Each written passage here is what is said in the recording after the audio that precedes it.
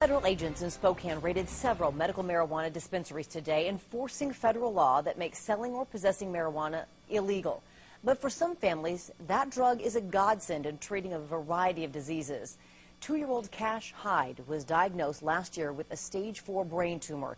He nearly died more times than his family can count and was miserable from the high-dose chemo coursing through his tiny body until his dad turned to a controversial place and gave cannabis to his young son. KXLY4's Melissa Luck is here, been working on this story. Yeah, controversial, Robin, is an understatement. Medical marijuana is a political football both here in Washington and in Cashy's home state of Montana. But his father said to me, when your child is dying of cancer, you'll do anything you can to help. His choice defied doctors, but he says saved Cashy's life. June 21st, 2008 is a day Mike and Callie Hyde will never forget. He was just a healthy little boy, born there in Missoula. Cash Michael Hyde's very first birthday, a family now complete. They never could have imagined the journey little Cashy's life would take.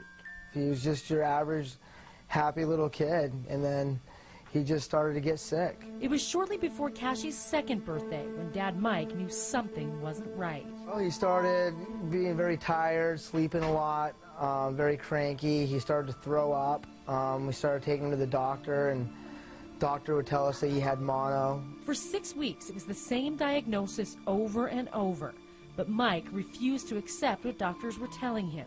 He knew, like any parent would, that something was terribly wrong. I was like, it feels like he's dying in my arms. We need to take him somewhere else, you know, and so we took him to the ER, and that's when they did a CAT scan on him, and they found the 4.5 centimeter tumor in his brain. They loaded him up, and they were gone to Salt Lake City within a matter of a couple hours of finding the tumor. At Salt Lake's Primary Children's Hospital came the devastating news. Their little boy was facing incredible odds. Brain surgery revealed a peanut tumor wrapped around Cashy's optic nerve. When we arrived in Salt Lake in May, Cashy was so sick that, I mean, his eye was starting to get pushed out.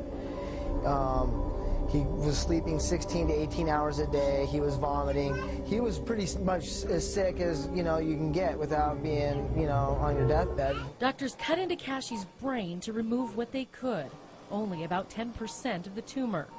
The Hydes could only hope aggressive treatment could get the rest. 3 rounds of chemo followed by stem cell rescue, then 3 rounds of high-dose chemo after that. A difficult treatment plan for anyone, so imagine what it did to a 2-year-old kid.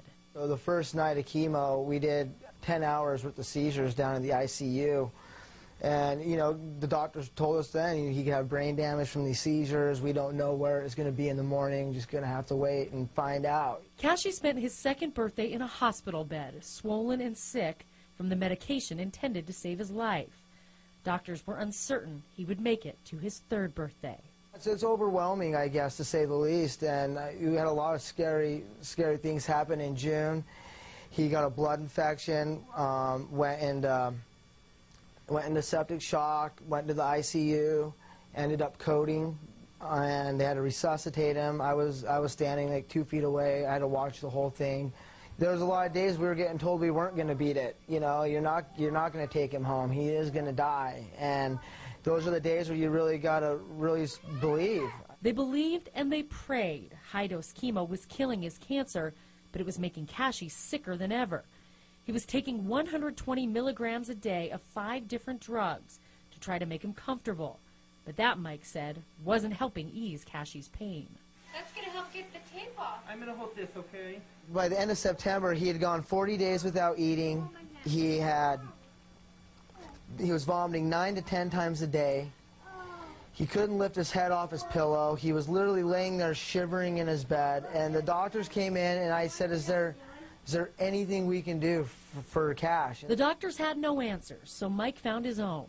Relief in the form of a controversial oil, cannabis, illegal for you and I to possess, and something Cashy's doctors wouldn't even discuss. Mike got authorization to give Cashy the oil, and without telling them why, he told the doctors to wean Cashy off the nausea cocktail. Inserted through Cashy's feeding tube, a tiny amount of oil replaced all those drugs. The result, Mike says, was almost immediate. You're watching a kid that hasn't had the will to eat in 4 months, 5 months, actually take a bite of something. He hadn't eaten a thing in 40 days, and it was really incredible just to watch him take a bite of a piece of cheese, you know. It's showing that he wants to live. There you go.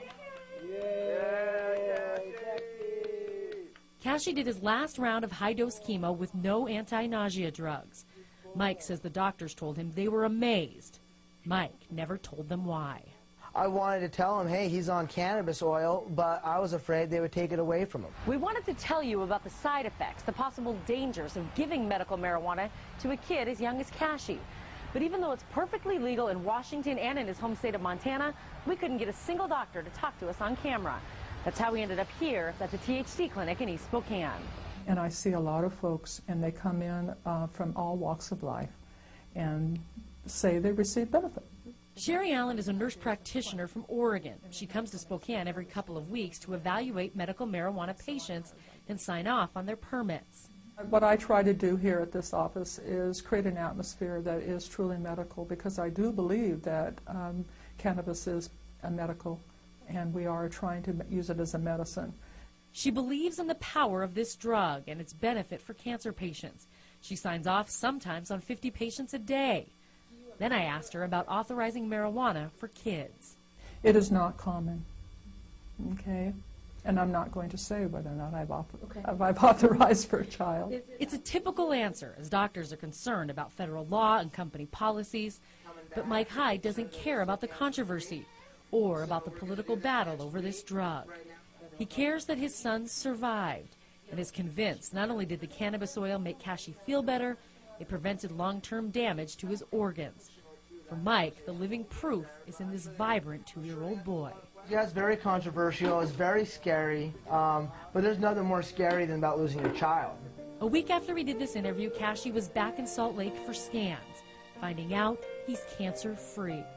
He's back home in Missoula, back with his family, back to teasing his big brother Colty. Kashi will spend his 3rd birthday like every kid should, with the fight of his life behind him.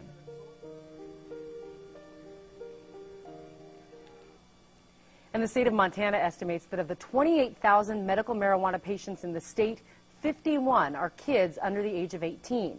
And Robin, we try to get those numbers from Washington, but our state does not track who has medical marijuana permits, who's allowed to get them. It's just simply not tracked, so we have no idea here in Washington. And after today's raids, we kind of understand that it might be even longer before we have any more answers. That's right, and that's something that we talked to the Hydes about at the time. We did this interview a couple of weeks ago, and that's the one thing Mike said, whether you agree with it or not, every time they take down one of these dispensaries, there might be a kid or someone in a hospital somewhere that depends on it. So everybody involved just wants the government and the jurisdictions to just get it sorted out. And you can make comments on this story and let us know what you think on KXLY.com later tonight. Thanks so much. Well, Kash's family got tremendous support from friends, family, and strangers during his treatment. Now they're paying it forward. The Kash Hyde Foundation raises money and provides things like these reggae runners to children's hospitals. They donated several to Sacred Heart Children's Hospital earlier this month. The vehicles are outfitted with IV poles so kids undergoing treatment can get out of the rooms and have a little fun.